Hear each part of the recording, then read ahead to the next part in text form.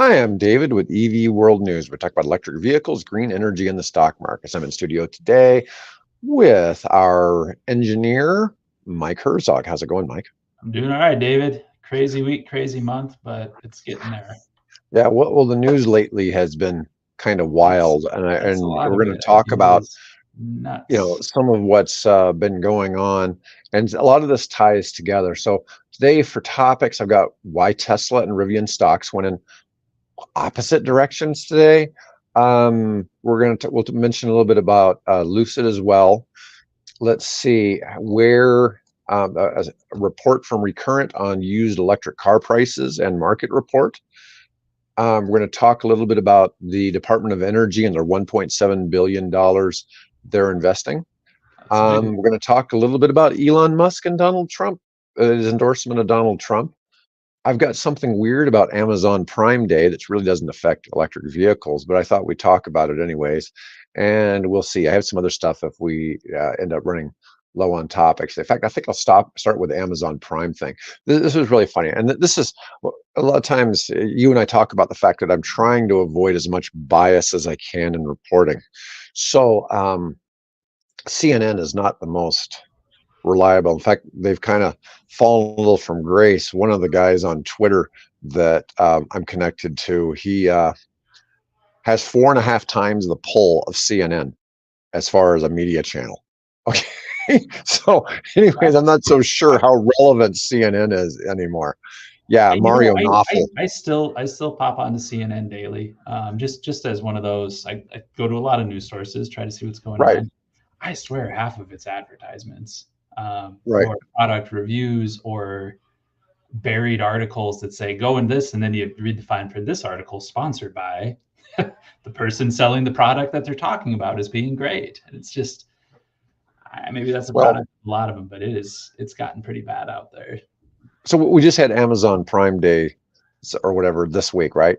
Yep. And so the article from CNN Business, Amazon Prime Day, major cause of injuries for workers, Senate finds.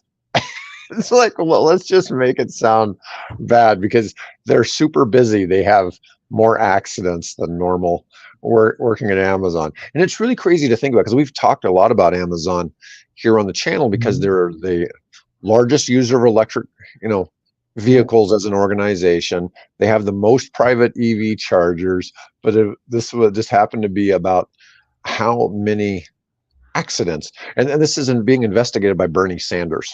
I mean, stats are so easy to be misleading in what it looks like. And I mean, I think any logical person could step into that and say, well, when you're busier and you have more employees on site and you have more moving product and I mean, yes, if all of your delivery vehicles are on the road that day, uh, I think the short answer is yes. I mean, it's going to be. And is it the question? Is it a baby, jump and oh my gosh, or is it truly like holy cow, that's worse than the rest of the year combined, or something that's actually newsworthy, or is it just well, yeah, you have more people active, so just by proportion and percentage, it's going to happen. Yeah, I just thought it was kind of interesting. It's like, oh, let's just find something to criticize Amazon for. And I don't know. Amazon is one of the largest employers in the country. It's obviously a huge American success story. And then I just see, something like CNN kind of dumping on them. And I'm just like, really? It I really, don't know. I mean, yeah, I guess it's they're counterbalancing how much advertising they're doing with Amazon. Well, I'm not saying it's fake news, Jeff. I'm just saying it's just like why does it got to be just bashing on somebody like that? I just found that just kind of fascinating because I was looking at news articles on EVs and somehow this came in with some of the other stuff I was looking at, and I just like, well, I just thought I'd mention this while I had Mike on here. But anyways, we're going to go ahead and jump in on the $1.7 billion bet on American-made EVs, explained by Jennifer Granholm. Now, this is something that kind of ties in with some of the other stuff we're going to discuss today. So, anyways, The auto is classically American, and you hear me say on the show all the time, we have to protect the big three. Okay, they're so entrenched, and it's not just the big three; it's all these companies that make parts for them. Whatever we can do to protect those jobs and keep industry in the United States. Well, in the United States, all the automakers other than Tesla are way behind in the EV space. And I think we've seen some pretty cool things like Chevy with the Equinox, bringing back the Bolt. They've got the Silverado, they've got the Hummer. Although I don't think the Hummer really serves any real legit purpose in the EV space, but it's cool. There's somebody who drives one in the office I work at, and it's cool. Oh yeah, there's no oh yeah, question. it's big and it's neat and it draws your attention. And yeah, they're more than happy to talk about it. Like, oh yeah, it's great. It's I don't know cool. how often they get to crab Cool. walk. The crab walk feature looks pretty damn cool because I've not seen another vehicle with that feature. But we talk about all the time that 205 kilowatt hour battery pack and how it only gets like 1.5 miles per kilowatt hour.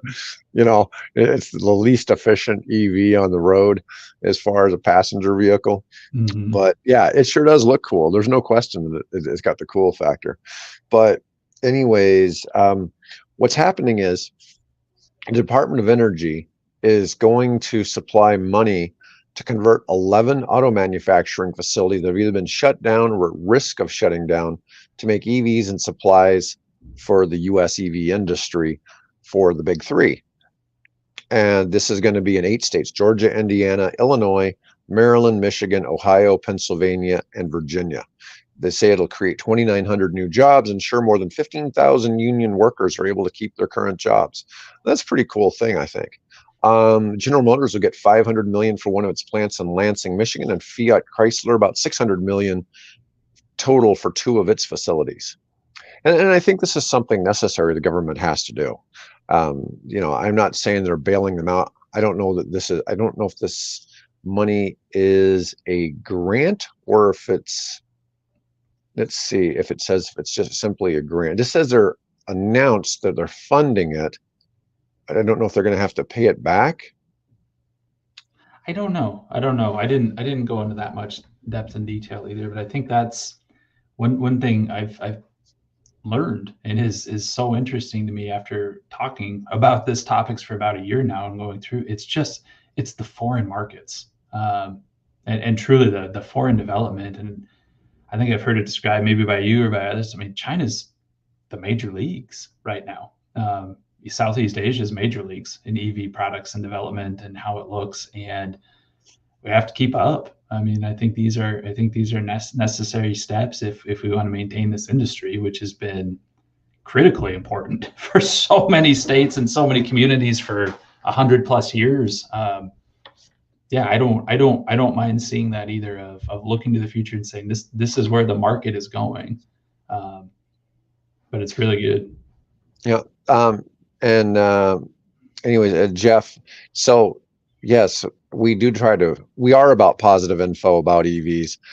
We definitely are in the business of promoting the electric vehicle industry, but we try to do it, as I tell Mike all the time, we're trying to do it without bias.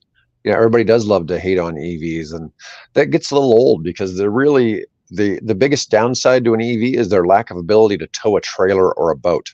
Okay, so it's not that they won't tow it. You can tow it really big weight with an EV. It really cuts the range down significantly. It does it in a gas truck too. Yeah. It does it in a gas truck too. The difference is, that charging speed is a little better when you're towing, and it's hard to get to a charging station when you're towing. You have to pretty much unhook the trailer to be able to go charge. So it's that's the only situation where they're really not better, other than if you live in an apartment that doesn't have adequate charging facilities. Dedicated charging, dedicated parking spots. That's a tough spot for them too, which is a huge issue in the industry right now. And you can see it, a lot of cities, a lot of communities putting those things out specifically of what's the plan for multifamily housing, because it's 80% of charging is done at home. So if you don't have a dedicated parking spot or a plan around that, it makes it inaccessible to a big chunk of the population right now, which people are working on. People are trying to figure those things out, which is a great thing. One of the things, one of our next topics is about used electrical car prices. And part of, I think you're going to see EV prices come down even more because Tesla is about to release a Model 3 rear-wheel drive long range. So currently all their long range cars are all-wheel drive. They're going to they're going to provide, so they've already done this with the Model Y in Europe. So the Model Y rear-wheel drive they released in Europe not only is about $5,000 cheaper than the all-wheel drive, it actually gets about another 10 or 15 miles of range. So they're going to release a rear-wheel drive here in the United States that's going to both be eligible for the full $7,500 tax credit, and it is going to have this extremely long range. Now, where we're at, if you lived in Nebraska, I'd tell you to get one with all-wheel drive. Okay, or if you were further north than us anymore. I mean, you need it. Yeah, to get around in the winter, or you're just going to stay at home on snow days. Okay, so it's not anything against Tesla. This applies to gas cars too. You need something, at least one vehicle in your house that has all-wheel drive or four-wheel drive when you live in this part of the country, in my opinion. If you are worried at all about ever leaving your house in the snow season, but anyways, this investment's good because I like to see the government doing things that's going to be able to protect and insulate the big three. And so I think this is a plus. The negative to this is it only benefited. So we see Tesla getting ignored by the Biden administration. And what's interesting is Musk promoted both Hillary and Biden, voted for both, and he really kind of feels like he's been crapped on by those administrations because they never want to acknowledge that he's there. Now, on the flip side, for Tesla, they own a whole lot of their they don't have separate companies, but they manufacture a lot of their own goods, their body, all those things. I mean, for the presses, all of that, so there's not somebody else providing this like you have with your Mopar and your Bosch and all these other companies, Delco, that are providing parts to the big three on a regular basis. So anyways, I find that, and I brought that one up because next we're going to go into discussion, and this is also one from CNN, but Elon Musk, is going all in on Donald Trump. Well, so the Biden administration has basically dumped on Musk. They don't seem to really want to support what he's doing, and even though he's the leader in the world in electric vehicles, and they want electric vehicles, so it has always seemed kind of strange to see that. We've talked about it a lot. So many graphs we've put up here. It's EV sales plummeting. This excludes Tesla. Right. Oh, but for the first time this last quarter, it's the opposite. So now the stories are Tesla sales are plummeting because they went from 51% of U.S. car sales to 49.7. It's the first time they've ever been less than half, and it's because we hit an all-time record in the U.S. in the last quarter for EV sales. Yeah, so I thought that was great. There's just so many new cars hitting the market. You look at that. We were talking yesterday about the new Chevy Equinox. It's coming out for the 25 model, but that's not that far away. That's only a couple months out. But that's the cheapest one is going to be something like $27,500 after the tax credit. Is that one all electric, or is it? It's all electric. It's all electric. Yeah. So I mean, there's some pretty cool things coming that way. You've got Hyundai now has the Kona is like $27,000 without a credit. So you've really before the credit, you can lease a Tesla Model 3 that doesn't get the tax credit for $299 a month with about $3,000 at signing. It's one of the cheapest car leases available in the market. So it's cheaper than a Camry. Less than a Corolla at this point? Oh no, it's less than, not just Corolla, it's less than the Camry. Wow. Yeah. Yeah. So, well, the Camry's technically a more expensive I was going to say maybe vehicle. I think one of those back. Or I should I say, thought it was the a Camry's Corolla. more expensive than the Corolla, but Yeah. we looked at the total cost of ownership.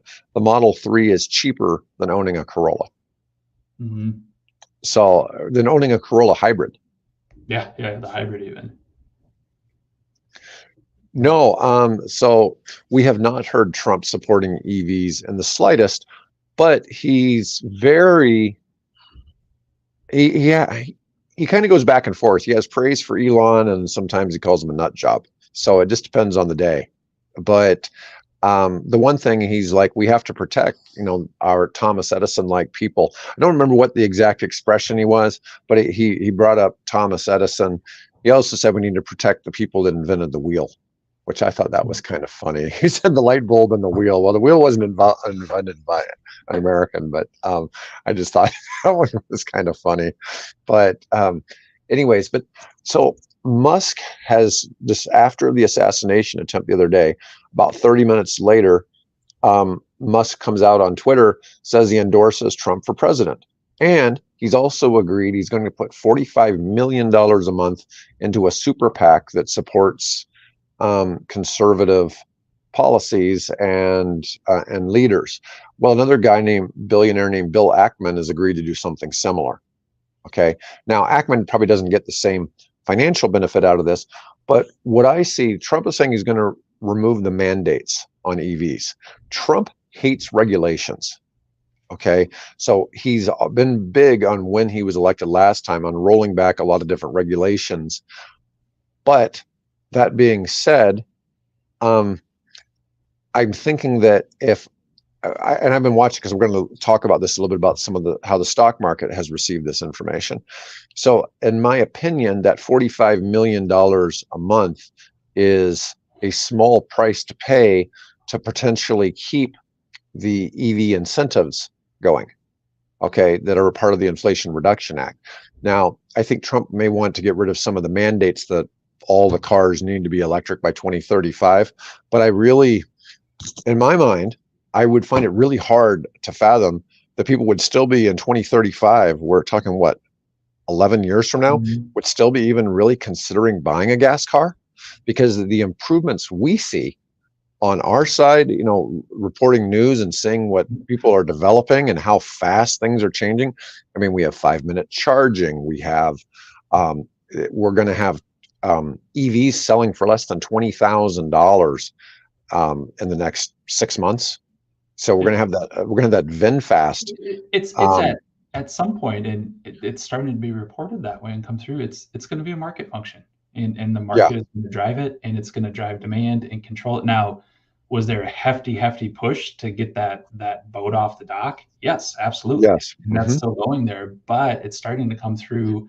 Um, Even without those, the incentives, they're starting to say, well, they're going to be cheaper to own, cheaper to purchase, cheaper to operate. And I think what we've uncovered quite a bit in this type of format is it's foreign markets. Even without the United States, the Chinese market is driving this. The European market is driving this and controlling those spaces. And it's just you're going to have to adopt. I mean, if the market says this is what we're going to do, the market says this is what we're going to do, and too late. I mean, it's the boat's left, the train's left the station. Yeah, and I think the relationship, because Trump has already said he'll put Musk in an advisory role for the government. Um, I think he recognizes that EVs aren't going away, but I get comments all the time on our videos about how EVs are a scam and all this I mean, I get all the negative flack. I mean, I catch it all. And the thing is, well, what is it you don't like about EVs? Is it the better gas mileage? Is it cheaper to operate, faster? You don't like a car that's way faster and funner to drive? The only thing you lose noise. You lose noise and pollution, and um, Mhm. but it is inconvenient to own an electric vehicle if you don't have self-charging. Okay, so just throw that out there. That is the thing. If you've got a place at home where you can plug it in, and even 110 may be sufficient. You don't even necessarily have to have a charger. at your house. If you don't really drive a whole lot, you can put in, what do we figure, about 4 miles Yeah, every yeah. hour just on We 110. looked at before. It's average U.S. driver drives about 40 miles a day. Yeah, it takes about 10 hours. So overnight, in theory, given time, like you gain. Those lines aren't diverging. It's like, oh, I Yeah. lose a couple of miles every day. Like, no, if you have time to plug it in overnight at your residence, even at the level 1 charging, like it gains. Your battery will fill back up over time. Just takes a minute or a couple hours, but it's doable. Yeah. Well, anyways, my thought here is I think that for somebody like Musk, the financial return per month is probably greater by supporting Trump than it is um, hating him. Yeah. So, in Trump supporters in general hate EVs and the government supporting them. Yeah, I get that. I was telling Mike though that most of the people that I know that drive EVs vote Republican. So, but we're in a Republican state. We live in Nebraska, so I guess I would kind of expect that. If I lived in California, I'd probably expect them all to vote, Democrat. But it's interesting kind of see that. I really, of all the candidates, Trump is the least green of the candidates, and I don't know. It'd be somewhere between Biden and Bobby Kennedy as to who would be the most green, because Kennedy's been into the green stuff for a long time. He's been a big proponent of that, but he's not been able to. He wasn't And able to secure the Democratic nomination. I think a lot of what we're doing here, and David, you lean conservative, I lean liberal, and it's fun to talk about this space from both of those perspectives, because that is absolutely what you see, is that we hate EVs, conservatives hate EVs, we want big trucks that get a mile per gallon, more power and this and that. And it's not the case. When you start to look at reality and you look at sales and where all these things are going, what we're really trying to promote is people looking at these objectively.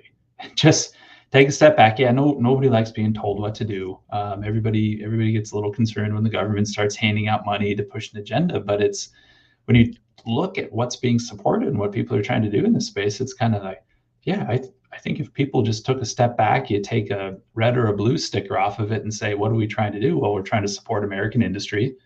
Great. And all of these different pieces out there. And yeah, do you think Chinese will ever get to the US? Let's hope not. Well, in a way, they are. So Volvo just announced. So you were supposed to get deliveries next month of your EX30s if you had put in for one, and so they're pushing it back. But the EX30 is essentially a Chinese EV because.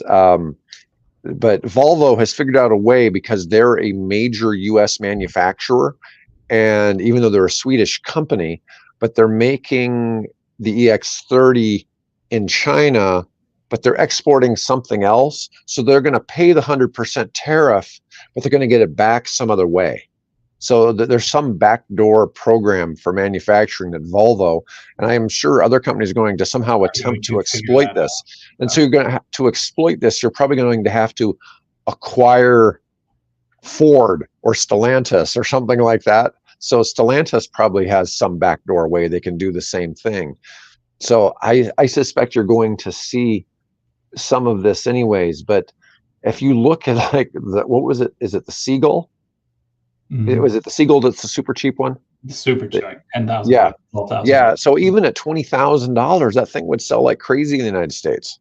And this is why. So we're about to see the VinFast VF3, and VinFast is a Vietnamese auto manufacturer, and they're bringing the VF3. Looks like a Suzuki Samurai from the 90s, and it's going to be right at 20,000 or less. It's currently being sold in Vietnam for $10,000 US. So it's going to be inexpensive here in the United States, and so you're going to have some opportunities there in cheaper vehicles. Now, I wanted to go from this article, though, about discussing about Musk donations.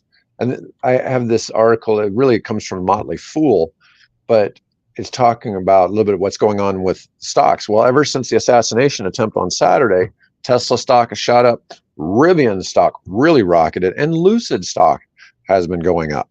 And so I think what people are seeing is because of, and I don't know how much of this is the assassination attempt or if it's more the Musk endorsement, because people are looking at it's like, oh, that was a strategy play we didn't expect. That basically is that connection, because I think people are pretty much in the news. It seems like everybody's bailing on Biden. Okay, I think the only hope for the Democrats to win in November is for them to bring back Bobby Kennedy. I think if they brought back Bobby Kennedy, they took Biden off the ballot, put Bobby Kennedy as the Democratic nominee, because he is a Democrat. Okay. I think he beats Trump. Although now with all the new, I don't know if he could. Trump has so much momentum right now. I don't know if that's even possible. It's going to be tough. I agree, and we don't get too deep into politics on this, but as it relates to EVs, which is the tie back into this, I think those levels of announcement, that level of pushback, I think like we just said, the market's the market. I think the market is reading these things and going like, oh, pursuant to those comments earlier about, oh, Trump hates EVs, supporters hate EVs. I think this is the entry point of saying, no, I don't think so. I think this is going to continue. I think you're going to see this opportunity for job creation. You're going to see this opportunity for American manufacturing again, and just the way it's going to go, and protecting our own interests, which Tesla is American interest. I mean, we want to protect the best-selling car in the world, and the person in the company that invented this industry or revolutionized as it come through. I think that's what the market's going to react to and how it's going to start to change. And Jeff, I do consulting in the EV space, and a little bit because of how I lean politically, I've had Republican congressmen, senators, and governors at events that I've been involved in. So I will say that while you may hear something, so Republican governors do not hate EVs, because the Inflation Reduction Act, which the Republicans did not help the Republicans did not support at all. Almost all of the money, I think like 90% of it, has gone to manufacturing in red states. And those governors love it. It's creating tens of thousands of jobs. It's ridiculous, so a lot of politics is sort of bipolar. I mean, you hear one thing and people are doing something completely different. And a lot of it is you're trying to appeal to your voter base, saying one thing. I tend to like to look at actions over what people are saying. And that's also something I really noticed a lot with Trump over the years. I don't really care what he says anymore. It's what he ends up doing. And so that's part of it. And I really think Musk sees that he'll get more support out of the Republicans, and because Biden basically just ignores him, and it makes zero sense why when you have somebody who's probably the most significant inventor in modern times, even if he didn't technically invent the things, but the fact that he's putting his money into rocket ships, reusable rocket ships, and electric cars. I mean, electric cars would not be where they are anywhere on the planet if it weren't for Musk. There's been other companies that have done it. You had the EV1 from GM back in the 90s and other stuff. They've been attempted. It's just nothing's gone anywhere. And I think I've said that before. He's not my favorite, and everything. And I do a lot of presenting and teaching on EVs, and I always put it up there and said, love him or hate him, you have to acknowledge.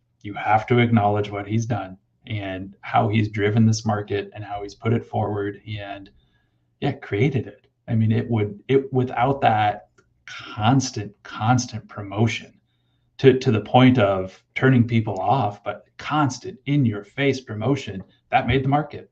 I mean, that absolutely made the market. I don't think anybody could argue with that he's turned this to what it is today. No, but on that news, it's so Bill bought in on Rivian at $10, and then it went to $8, and we were telling him, don't go selling your stock. It's not going anywhere. And now it's at $17.50. Okay. And So the Musk news is benefiting all the EV companies. Mm-hmm. Okay, so it's benefiting all the EV stocks, and I think that's really quite fascinating because you wouldn't have expected that, right? That it isn't what, and so like I'm saying is you have both retail investors, which is small people, and then you have the corporate investors who are like hedge funds and things like that, but they're all going in on this pattern. Yep. Yeah, and so it's a different look for what you're thinking. I want to talk about recurrent. So recurrent. So Jeff, if you're looking at a used car in the EV space, you want to look for a recurrent report. Now, the recurrent report is basically what it does is it does an evaluation of the battery and the car, and it basically expresses it as a percentage, and it basically tells you what the range is of that battery compared to when it was new. Okay, so Mm-hmm. you'll see an expression of anywhere from, I've seen one at 99%. That's the highest I've ever seen. I've seen them as low as about 92% when people were actually publishing the data. And it really depends on the mileage on the car. And a lot of that is affected by how often it's supercharged. Okay. Mm-hmm. Um, so if you're looking, oh yeah, so you're saying you're looking on the used side. So if you're looking on the used side, there's a lot of opportunity there. If you need a four-door car, I'd really look at the Leaf or the Bolt. Yeah, so those are great choices. If you're getting a Leaf, try to get it as new as possible. So it has to be at least 2 years old. Okay, so 22 is the newest you can get, but you could get a Leaf in there. Bolt, I'm not sure. What would you think would be the best? 20 and newer? I mean, When did they take their break? so Bolt really improved the quality of their GM really improved the quality of the batteries. I think it was in 20. As in 20. They took a massive leap forward on the batteries. Mm-hmm. I'm not against the rentals. I actually have bought so many cars like from Enterprise over the years that I think that's a good thing. The problem the Hertz had was people didn't know. I don't think the staff knew really how to support EVs, and the people renting them didn't know how to use them. And this was a real problem. A lot of people, Hertz does a really big program with Uber, and a lot of the Uber drivers don't know how to charge them properly. Although the Teslas kind of automatically start conditioning the battery when they're going to charge it, if it knows you're going to charge the battery. If the car realizes that you are planning on going to charge it, it'll automatically precondition the battery. So if you were driving from say Dallas to Washington, D.C., for instance, you'll plot your route, and the GPS in the Tesla will tell you every place you're stopping. And when you're about 20 minutes from that location, it'll start preconditioning the battery to make it charge better. Okay. But if it's not done that way, it can have negative effects on the longevity of the battery. So one place you might look at, we had the owner of evauto.com, which is out of Salt Lake City.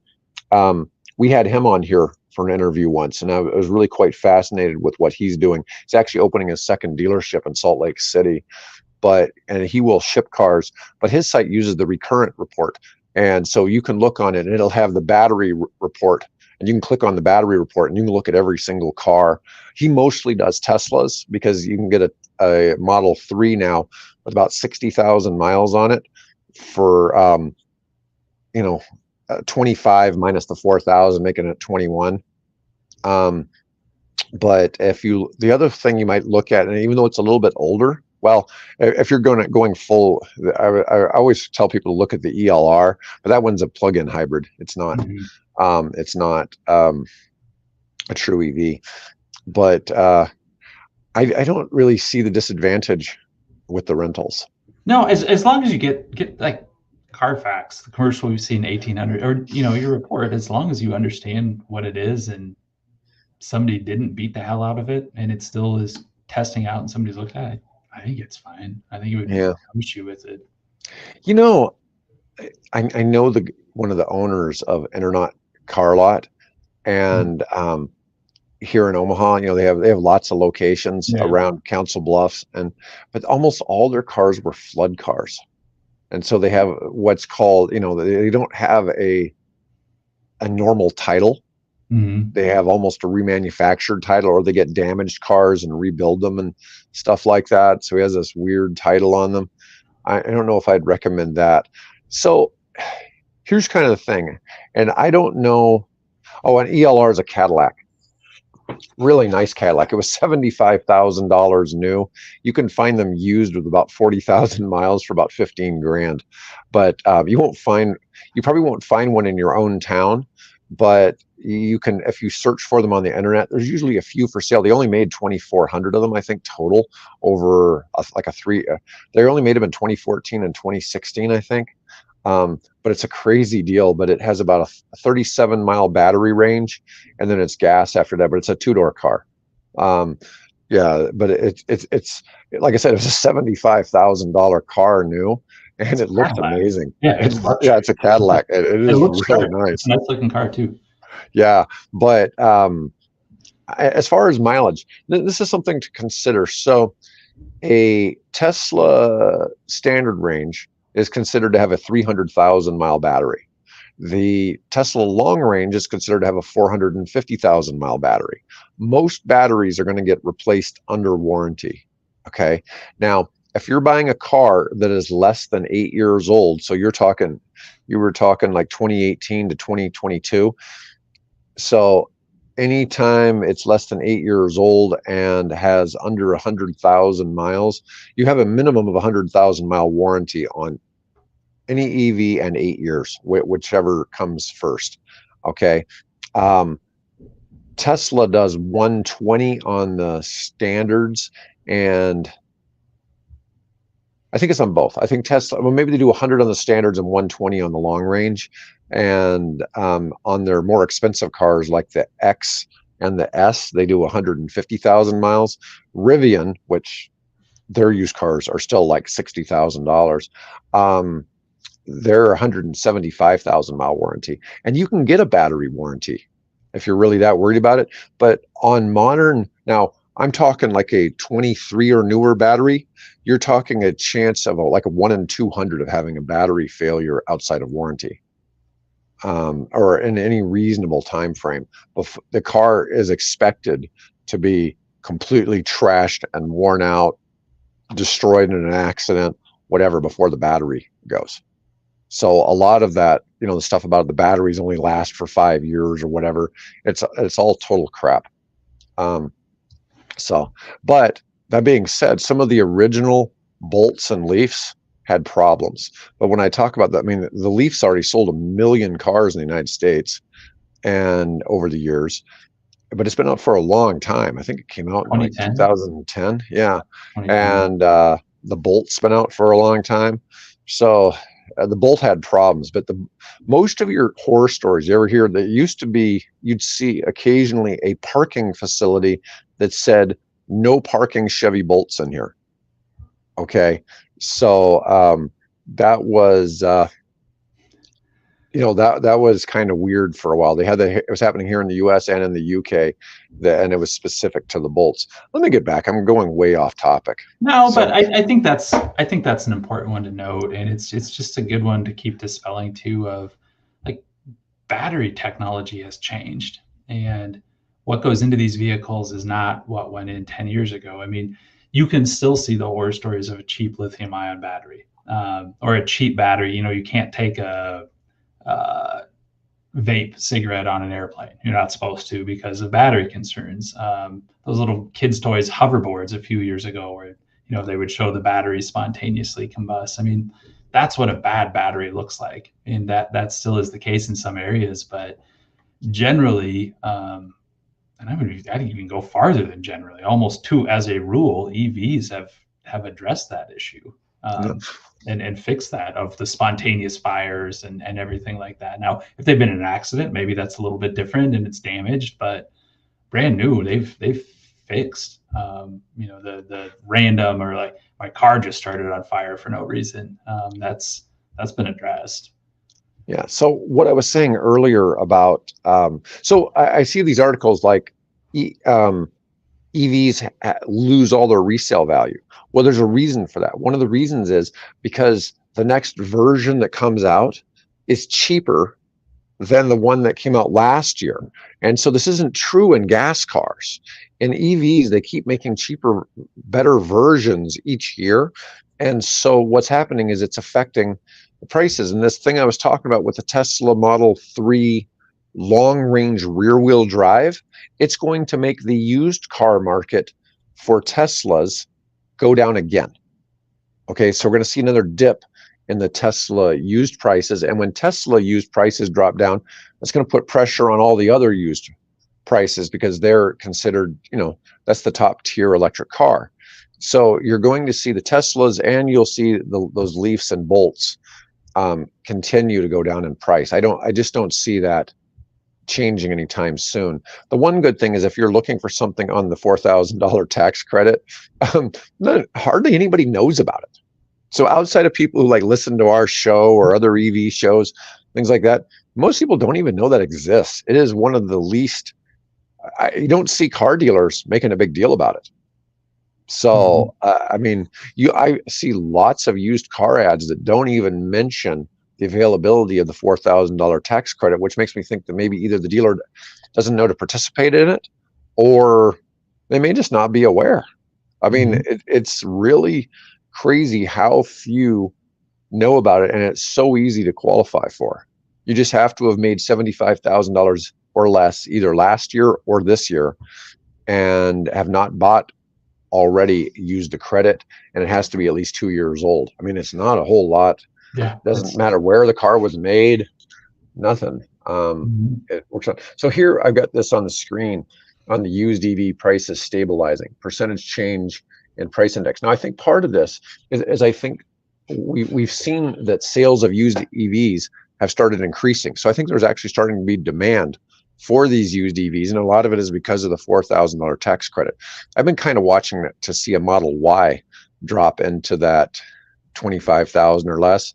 I've seen some Model X's, but the Model X's that have dropped into that $25,000, they're all like 2016 models. I was going to say, I bet they've got some years on them. Yeah, and one of my friends was talking about getting rid of his 2020 X. He's got the unlimited supercharging. He's got full self-driving, but he's got 150. Once you get rid of it, you lose all the perks. Those don't transfer, right? The full self-driving does, but the free charging doesn't. But and the what is it? The whatchamacallit? But he has 150,000 miles on a 4-year-old Tesla. Okay, and he did have to get the battery replaced. Okay, it got replaced under warranty. Okay, but he did have it replaced. And he's also had his wife be in what could have prospectively been a really bad accident in that car. And of course, the Model X doesn't roll over. So they've tried to make them roll over. They don't roll over. And so it's kind of a difficult thing here. But you're seeing here in this graph, it's showing that the prices of all the Teslas have really stabilized. If anything, demand has changed their valuation. But let's see. Oh, this is the cars are showing the 18 volt, the 19 prime, the Bolt 2020 Bolt EV. Oh, by the way, that Cadillac was essentially a Chevy Volt on a much nicer version of the same Chevy Volt. It's the same chassis, same motor and all that, but it's simply a more elegant vehicle. Yeah. So it's a problem. I'm just telling you, if you looked at this evauto.com, that might be just at least look at their site. They don't have a lot of non-Teslas for sale though. But they do list. If you go to like Carvana.com, Carvana also lists all of the tax credit cars that are available. And there's a lot of cars there I'd never heard of. There's a Mercedes I'd never heard of, but a lot of these are some weird plug-in hybrid. There was one called the Ford Energy or something like that. I've never heard of that. Yeah, yeah. There's a few of them I'd never heard of till I found them on the Carvana website.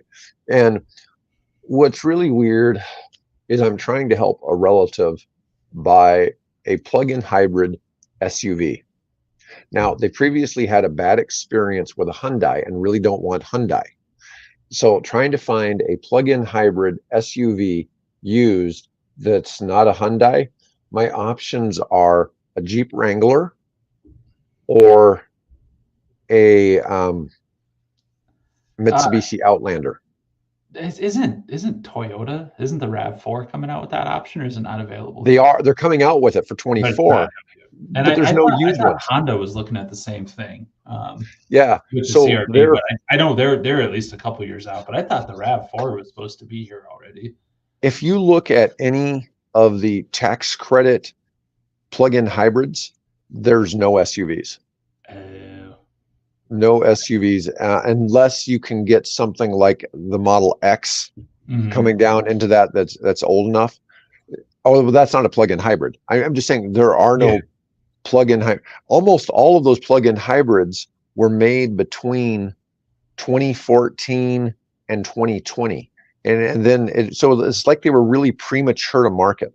So in the graph that they showed earlier, I didn't discuss this graph, but green is plug-in hybrids. So look at how plug-in hybrid sales are starting to soar. But you have a whole lot of vehicles now. Toyota, Hyundai, Mitsubishi, um, all have plug-in hybrids, and there's more than that. Now, worldwide, BYD is the leader in plug-in hybrids, and you can't buy those in the United States. And so then it shows this kind of purplish looking blue is battery electric vehicles, how much they've gone up. And Mhm. then it shows, gas cars slowly going down, but not really. Not really. Slowly, but not really. Okay, it's pretty stable. So Lucid is, and this I'm going to talk on. I'll touch on this on two pieces. Escape. So one, as a stock, I don't think you can go wrong with it. So my reasoning is the Saudi royal family already owns like 60 or 70% of the company. So all the stock that's in the float is good. Lucid's not going anywhere. Okay. I mean, like they're not going away. Okay. So they're going to start making the Lucids in Saudi Arabia. The Saudis are not going to let that fail. Okay. So I'm just telling you, they are incredibly nice cars. If you can afford that kind of top tier price range, they're really a step up from the Teslas. Okay. They were designed to be competitive with, the Mercedes EQS. They weren't designed to be competitive with the Teslas. Could any big player buy Lucid? Well, here's the thing. So even if, and so I talk about, when I have Bill on here, we talk about necessary consolidation in the EV space. So some of the things I've seen, like I've suggested that Rivian seems almost like a Ford company a little bit. Their product looks like Ford's. It almost makes sense for Ford to acquire them to get their technology, but Volkswagen beat them to the punch. So Yeah. Volkswagen put in $5 billion, and they have the right to, and I know we're not talking about Lucid, but the reason I'm bringing this up is Volkswagen will become the second largest stockholder in Rivian behind Amazon. Amazon's number one. Okay. Now, when it comes to Lucid, you have an issue in that. So since the Saud family already owns 60 to 70% of Lucid, it's really irrelevant how much, if somebody came in, so the entire retail float only is 30% ownership of Lucid, if that makes sense. So if you went and you bought up all of the stock in the market on Lucid, the Saudi royal family still owns it, if that makes sense. So yeah, so you're not, the Saudis, the Saud family is wealthier than Musk. Okay, so you're not even talking, I mean, they're probably 5 times as wealthy as Musk. Okay, but you're talking family money and basically the entire kingdom of Saudi Arabia versus one man there. money wise. Okay, so when it's factored in, like who's the wealthiest person in the world, I don't know where they rank. They probably rank, like the king of Saudi Arabia probably is like in the top 20, but when you combine all of their money and their holdings, it's a little bit deceptive because they really are that much wealthier than Musk. There's a couple of other families that are like that. So yeah, It I used don't to be see that. So the I think Waltons, right? I mean, forever it right, was the Waltons here, and 5 of them were on the top 10 list. Oh, okay. right, Yeah. right. Yeah, they've dropped down some now because Mhm. so many of the tech companies have really Have shot become up. super wealthy. Yeah. But it's a difference in how some of that plays in. But anyways, that was pretty much what I had. It was a different show for today because we've had weird news in the space, and I think it takes some explaining. Um, so this is interesting. And long term, which stock is better? So I would personally, if I were going to recommend one, I would be bullish on Rivian. Okay, so Rivian has a few things. So I think Lucid's always going to be around, but let's think of Lucid. Who would be a luxury car maker? Let's think of Maybach. Okay, Maybach basically remanufactures Mercedes to be nicer, right? Okay, Lucid's never going to be Lamborghini. They're never going to be Ferrari. Okay, they're going to. Well, I say that. Okay, I mean, something could change, but I don't see that. I see them being somebody more of, I don't know. They're going to not be the top tier manufacturer. They're not going to start making a mass market Volkswagen. Okay, so I don't see that, but they're going to be in the kingdom of Saudi Arabia, and they're probably all going to stop driving German cars, and they're going to all drive Lucids. Okay, that's going to start being the car of choice over there. So I think you're going to see that. But in terms of what stock is better, I like Rivian for a couple of points.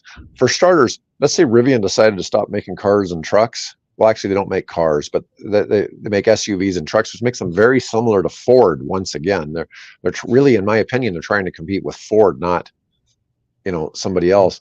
But anyways, or in a lot of cases, I compare the Rivian R1S, their SUV. It's basically a Range Rover. It's basically an electric Range Rover. And that's also why a lot of the Fords look like Range Rovers, is because Ford hired design people from Range Rover a few years ago. And so you see a lot of this commonality. But Rivian has delivered a little over 10,000 electric vans to Amazon. The total order is 100,000. Okay, so they've got that. Okay, secondly, they have tremendous orders for their new R2 unit SUV. They've got tremendous pre-orders for that. They're trying to get to manufacturing it later this year. I think there's a lot of Rivian's going to be a mass market car maker. Okay, so they are bringing some cheaper SUVs to try to compete with the Tesla Model Y. But in reality, and this is something I've heard even from like the BYD people, the BYD people don't care about Tesla. They're trying to compete with Toyota. Okay, and I think you're going to see this with Rivian, is that Rivian is trying to compete with ICE vehicles more than it is necessarily with the other EV makers, because it's all a matter of time before the transitions become much bigger and bigger in every country. Because I tell you all the time, you can't have a gas station without electricity. Okay, you everywhere you go, there's pretty much going to be some access to electricity if there's any kind of civilization nearby. Whether it's solar or whatever, it may not be transmission lines, but there's some way people are getting electric power just about everywhere now.